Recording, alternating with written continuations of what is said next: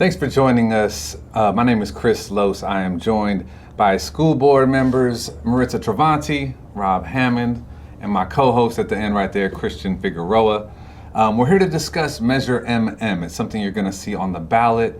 And anytime we see something on the ballot that is asking for money and that can affect our home and our property taxes, as a parent here in the community, also I see the needs in the schools. So I'm not going to be able to get into the depth of this notebook the way that our school board members can. So to give you better insight into what Measure MM is, Maritza, Rob, I will let you take it from here. All right. Thank you very much, Chris and Christian, for having us and giving us this opportunity to speak to our community about Measure MM. It is on the ballot for November 8th, and you've probably already received your sample ballot with all the information on there. But we have established a committee, and the committee has been working hard planting these flyers. You might have received one on your doorstep.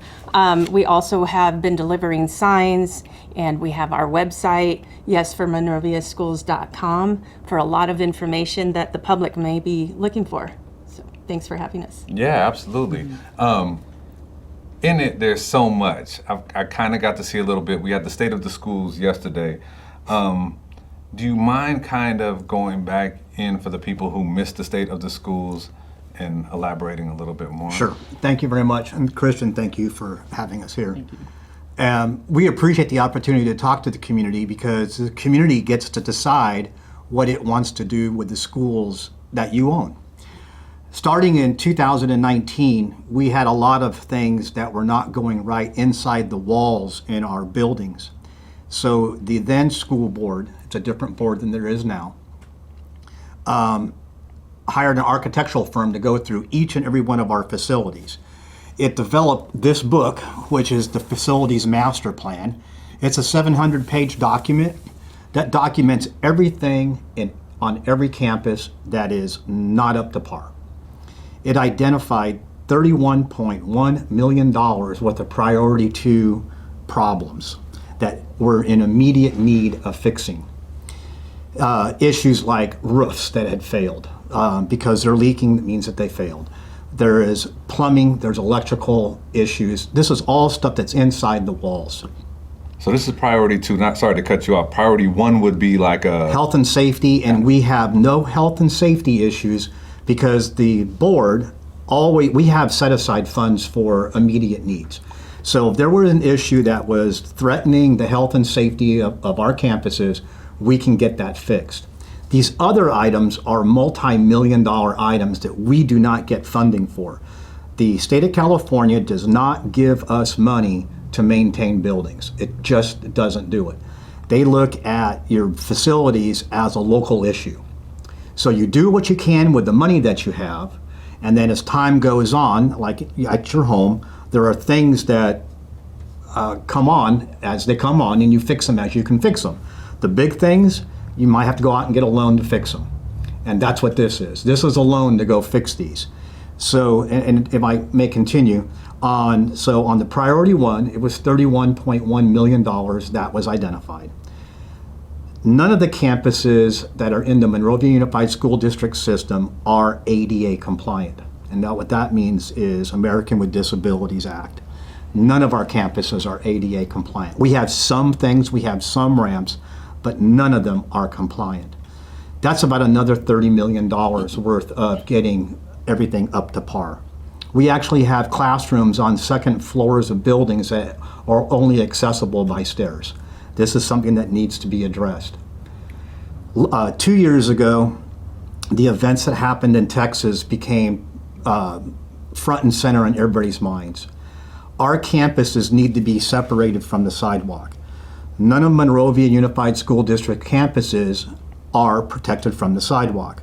So we need to address that, either through fencing and different kinds of choke points, entryways, camera systems, visitor identification systems, and all the things that are out there today that were never even looked at for our schools. And the last one is, we're in a drought. and this is not part of what was in this book. These came afterwards. So we're in a drought. We've been in a drought for years. It doesn't look like it's going to go anywhere soon. The school district spends $1,000 a day in water. $365,000 we spent last year in water. We're looking at taking all of our fields and making them AstroTurf, and getting all of our bathrooms in our schools equipped with low flow systems to reduce our water use. And you can see, I mean, it costs money up front, but over the long haul, we'll save money.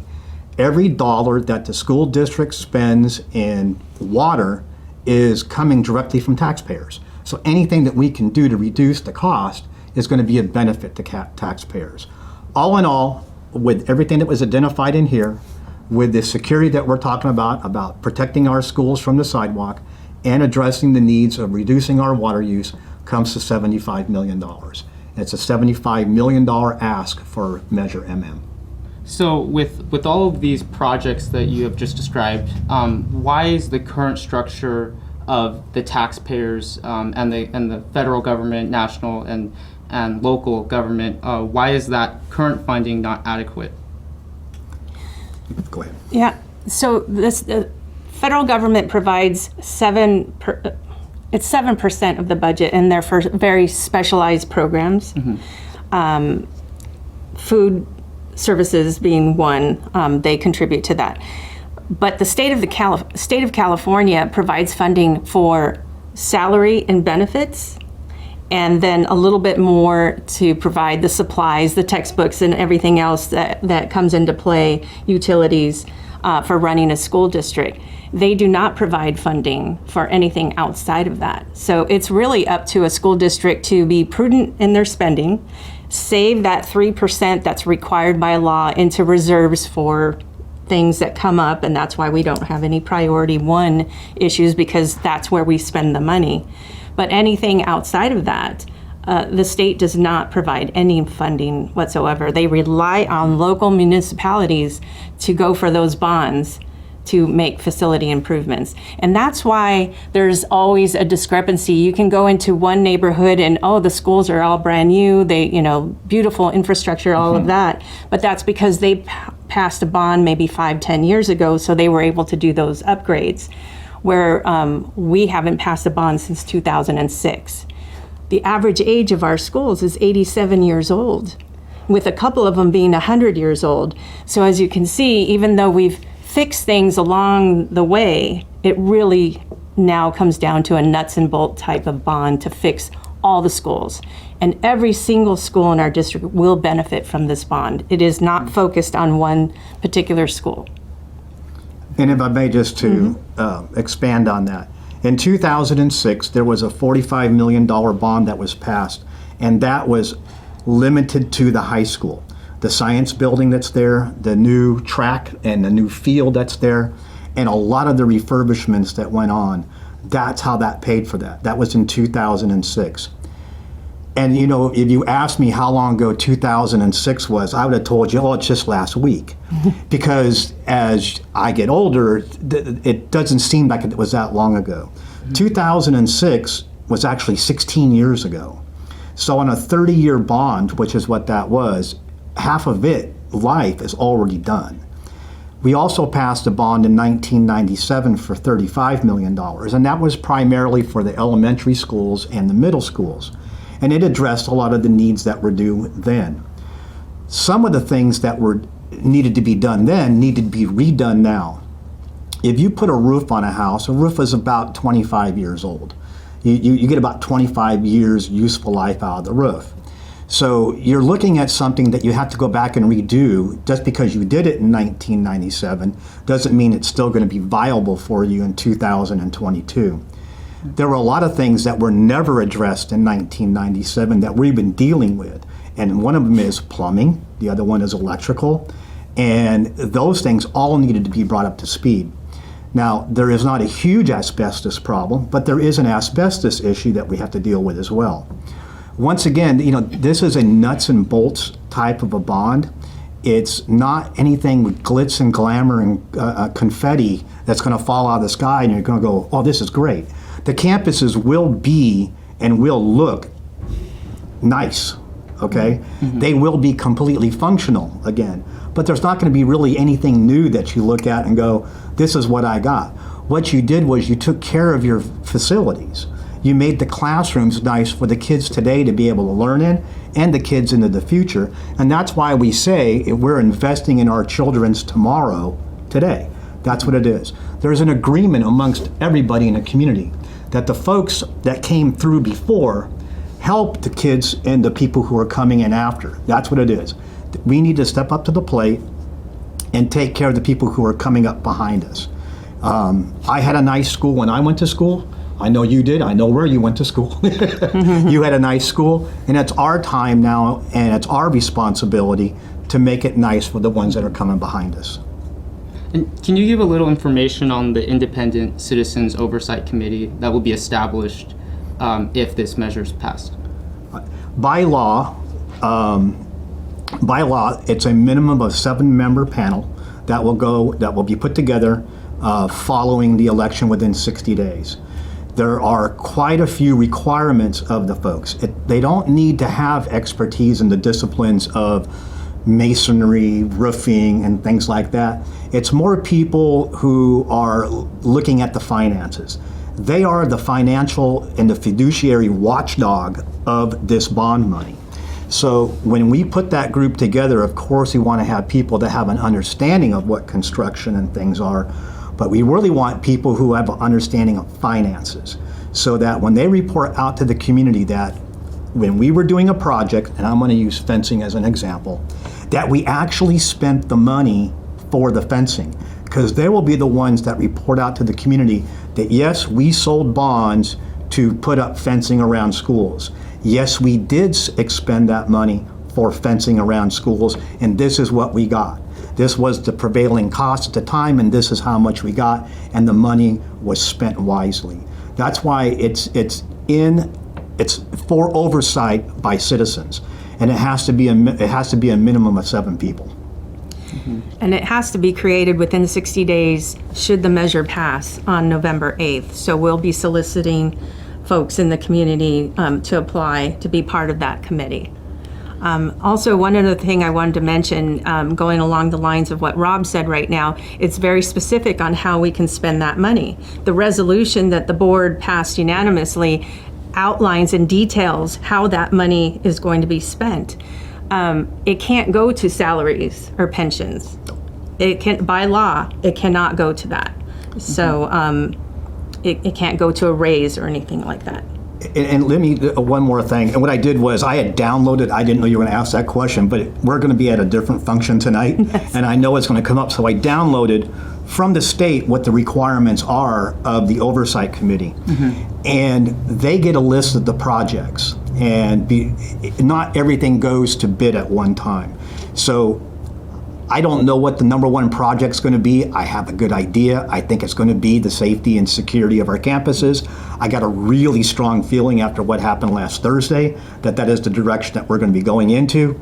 And so we would submit a project for the fencing. The Oversight Committee, they cannot approve and will not approve of a project that's not on the project list that's in the bond words itself. If you read through the bond passage that's on the sample ballot, it gives you all the projects that we put in there. And it looks like it's an awful lot and everything but the kitchen sink, but really it's not as specific as some would like, because you need some latitude. But no one's going to be building a statue for somebody. This is going to be built for use for the students who are coming up. It's not going to be like I said, it's nuts and bolts. There is no glitz and glamour on this thing. But the Oversight Committee makes sure that the project that gets done is only that which was approved by the voters. Now, let me give you an example of a project that came up and became obvious that there was an issue. Is, we issued one-to-one devices for every student in our school district, including every teacher. Well, what we found out once kids came back to school is that each classroom has maybe 2 or 3 working outlets, And if you have, 20-some students in there with Chromebooks that need to charge, it makes it almost impossible. So they're having to switch it out and, coordinate that. So we really need to upgrade all of our classrooms with electrical systems that are modern, up to code. Yeah. Absolutely. Anything else, Christian, from your side? No, I think that's it. Yeah. I had so I put it on Facebook. So I'm like, all right, let me see who's going to has questions with the conversation coming up. A parent had asked, where can we find priorities of the school board? Like, is there a website or anywhere where you can see that information? Well, when you look at the priorities of the school board, that is, safety is number one, okay? And then it gets on so that if you look at our mission statements, it'll show you what the priority is. Priority for the bond has not been established yet. So I'm talking about projects. Because we can't prioritize a project until we know we have money coming. Yeah. That would be putting the cart before the horse. The school board will be the ones at public meetings, not working in a vacuum, doing the projects. And then once the priority is set on a project at a public meeting, then it goes out to bid. It goes out to, well, actually it goes out till the bonds can get sold so that then we can start the process of getting the thing done. Unfortunately, and I want to be very clear, if folks vote for this, and I hope they do on November the 8th, there will not be a shovel in the ground on November the 9th. That is not what's going to happen. It's the process that starts from then on, okay? And if I could add, just for some resources, this book right here that we showed you earlier is there's a copy of it available in the Monrovia Unified District office for you to peruse, 700 pages. But It's also on the website. and it's also in digital format on the website. So if you go to monroviaschools.net, there's several resources that folks can look at, including this book right here in a digital format. There is also a tab for Board of Education. So if there's more questions on, who we are, what we do, what our mission is, what our goals are, all that's on our website as well. And better context to that, to the Facebook back and forth, what she messaged me to ask it. And it was a lot of like, what is the money already that we pay going to? Like, if this is, now they need all this money. And I'm like, well, we're going to find that out. I don't know. But it was the angst of like, we're in and then there was another comment that said something about going into a recession. Financially, for people who have kids in schools or own a home here, we do have a lot of renters, so I think homeowners are the ones that are really catching this more, if I'm understanding. I have been through, this is my fourth bond since I've been elected in the city. I had another job prior to being on the school board where I was on the city side and I served as the community's mayor and on the city council. The only way, and cities are completely different than schools. Schools receive their funding, as Maritza said, through federal and state money. The state side, we have a I'm gonna go as nuts and bolts on this as I can. Yeah. We receive about $60 million a year to run the school district. 85% of that money is spent in salaries and benefits. Teachers, aides, custodians, bus drivers, everything. There is about 10% more that is spent on supplies. Then there are a little bit more, about 3% that we get that we have to hold in reserve for the priority ones, and that leaves you 2%. The 2% of $60 million is not that much money. It's a lot of money, but it's not that much money that you can save yourself into the future to even take care of priority twos, which is in 2019 was $31.1 million. So that's how the money gets broken down. What had happened is Prop 39, and I'm loath to go back and give history lessons, but there's a reason why we're here and why we're doing what we do. In 2000, the state legislature in California was always getting hit up by schools. Hey, we need money for this, because we can't fix it. So you went to go pass a bond, and by passing a bond, you need 66% of the voters to approve it, which is a supermajority. and it's very difficult to do. So the state legislature, through Prop 39, reduced the amount that it took to pass a school bond because the state doesn't want to give you any more money. So they say it's a local issue. So they lowered the threshold for you to pass a bond to 55%. There's rules to that. The rules are you have to spell out in plain English how much it costs, how much it's going to cost you over the long haul, what you're going to do with it, like we've been explaining, and all that. So by lowering the percentage that you need to pass the bond, you have to be really super clear to the public what it is. And they hold you to only certain times that you can have an election. Right. So the question of why and why now, okay? We did this in 2019. We had a little hiccup in our world starting in 2020, which took all this and shoved it to the back burner. This document cost the taxpayers, our taxpayers, $100,000 to produce, okay? A lot of money, a lot of time to identify this. And there it sat on the shelf. Very clearly, the outline are when you can go and do a Prop 39 bond. It has to be during a primary or a general election only. You cannot have a special election for it. It must be when most people are going to the polls, either primary or a general. If we did not go this November, the next opportunity we would have to go in front of the public with the problems that are in this book would be in 2024. That'd be 5 years, and the costs that are estimated in here would be 5 years old, and it would render every piece of information in this book worthless. Because we all know the price of going to the grocery store is dramatically different today Correct. than it was in even January of this year. So that's why. Correct. To go heavier into the nuts and bolts for a moment with homeowners who recently purchased a home and have a different property tax than, let's say, the auntie down the street who's been here since 70, whatever. What kind of difference should this measure be voted through? Are they going to see instantly to their property tax? You wanna go? Sure, I'll definitely take that. And good question, Chris, because it's going to impact everybody differently depending on how long you've owned your property. You could have owned your property 30 years. However, maybe you had a room addition that may have triggered a reassessment. So everybody's property is going to be different. I purchased my house in December, it'll be 2 years. Okay, so I'm probably going to be paying more than the average person here in the community, but it's going to impact everybody differently, and it is based on assessed value, not fair market value. And I also want to convey that the City of Monrovia city limits are different than what the school boundaries are.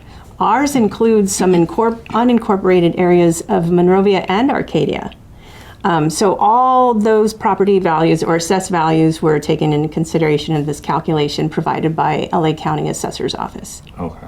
Yeah. So obviously, you can't really predict the future, but with this bond, if it is passed, since $75 million is a lot of money, how many years or decades do you think just Monrovia schools overall will be basically safe or will be set for the future? That's an excellent question. So let me go back and tell you the history. 1997, when the elementary schools and the middle schools were done, and a lot of the things were taken care of. They're still serving today. So 1997 was 25 years ago, right? Mm-hmm. And are they functional? Yes. Are they wearing out? Absolutely. So you would think you'd probably get 20 to 25 years off the things that you're doing, probably 25. The bonds, like a home mortgage, are a 30-year note. And so what's happening is the bonds from 1997, I think they drop off in, 6 years. And please don't quote me, I wish I had, but I think it's 6 years. Mm-hmm. And so that one goes away. It's like you paid for your mortgage and you got your mortgage and you burn it and you have a big party and everybody comes over. Same thing, this one goes away. The 2006, like I said, that was primarily for the high school, I think it still has 11 or 12 more years to go, and then it'll drop off. There is no doubt in my mind that there's going to be somebody else sitting in this chair at another KGM studio You'll be closer to my age, okay? And they'll be talking about the same thing because the things that we're talking about, the rules, are not going to change. This is how it's always been. It's up to a community to decide for itself what it wants to have for its schools. We did the same thing with the library. The community wanted to have a new library. You put the question to it, are you willing to pay for it? The answer was yes. Same thing with the Hillside Wilderness. In 2000, you weren't even born yet. I was not. Okay, No, not well, yet. but this is an interesting thing. In 2000, the community came out in huge numbers. 78% of the people who voted said, yes, I want to buy that hillside. I want to keep it from development. Go ahead and tax me today. And there's ongoing expenses on there for maintenance that will never go away. The initial money that we paid to do that will go away and we'll own the land free and clear as the city. But there's a maintenance that goes on forever. This is the agreement that we have as a community, as those who come before us, for the benefit of the ones to come next, you have to do this kind of a thing. And I would submit that, when they've passed a bond for the very first school, which happened to be Monroe, back in the day in 1887, they had to do the exact same thing we're doing today in order to build that. Exactly the same. And if I could add something. So this book right here did identify the priority 2 items that were 31.1 million. But if you add all the items that they suggested that we go forward, it actually totals $300 million, which we know is not palatable, not possible. So the board made the decision to scale that back to what was really needed and what our community could possibly pass. I mean, we're not going to put something and go through all this work for it not to pass. We're going to do everything that we can on our part, but make it palatable for our community. It's no different than what Doherty passed two years ago, their school district of 79 million. We're asking for 75 million, and we're hoping that the community understands that our schools and every single school in our district will benefit from this bond. And it doesn't really matter if you have children in the system or used to have kids in the system. Your school system is a way for you to retain your property value and to keep it up. And yes, we're in declining enrollment, which is another question that always comes up. We're having less students each year. But you still have to maintain the buildings for the students that are here. If you have 100 less, that doesn't mean you shouldn't do something. We're not going to get to 0. And so you need to maintain what it is that you have. And again, this is maintaining. This is not, it's not glamorous. It's almost boring is what it is. But it's very much needed. That's the key. And Maritza, thank you so much for bringing up that 300 million. It was over $300 million by the time you got to priority 4. And Maritza and I, we had a conversation. It's like, there's just no way. No. You can't do this. And so we as a board had to decide what we were going to do. And we decided nuts and bolts was the way to do it. So since it's covering nuts and bolts and I guess necessary improvements in the schools, if Measure MM is not passed, what will the school district do for all of those problems and issues that exist currently today? Great question. Well, I'll take part of it, and I'm sure Maritza will follow up right there. Is we will take the money that we currently have, and we'll start. We'll go as far as we can, doing what we can. I think again we're going to start looking at campus security. We'll go as far as we can, understanding that it won't be on every campus. That's number one. Number two, you'll probably see somebody back at you in about 2 years, coming back again. I cannot guarantee to be $75 million because it will be old by that time. And whatever is going to break that we can't fix is going to now be broken and cost that much more. So it may not be 2 years, it may be 4 years. It may, as long as you can hit that cycle, but you'll see somebody back here in the not too distant future with another book, with other flyers, with more yard signs, doing the exact same thing, trying to make it so that we can keep our facilities going. And as it is, this book, they turned it into us in June of 2019, and we all know what happened from that point to where we are right now with COVID and what the impact has been and what the economy, the price of materials has gone up, the price of labor has gone up. So the 31.1 is really not 31.1 right now. 2 years from now, what's that going to be? So, yeah, we're hoping the community understands that. Cool. Yeah. Look, Rob Hammond, Maritza Travanti, I want to thank you so much for your time, and I also want to thank you for the work you do here in our schools. It is a tireless job. You're at schools all the time. I see y'all around the city all the time. So thank you for that. And I do want to shout to everybody watching this, and you're seeing the thing back here, and you're like, why are they doing the thing? They're trying to get us to vote yes on MM. Look, they're here to talk about why they would love for you to vote yes on Measure MM. And it's our duty here at KGM to allow them to say that so you're aware. Do your homework. What was the website again? It is yes for MonroviaSchools.com. Okay. Yeah, all the information that they would want there, the FAQs, everything's there. So. Perfect. Thank you, Christian. I appreciate you co-hosting this show with me. Hopefully you learned a little bit. I'd love for you to continue to do your homework, and thank you for watching this overview.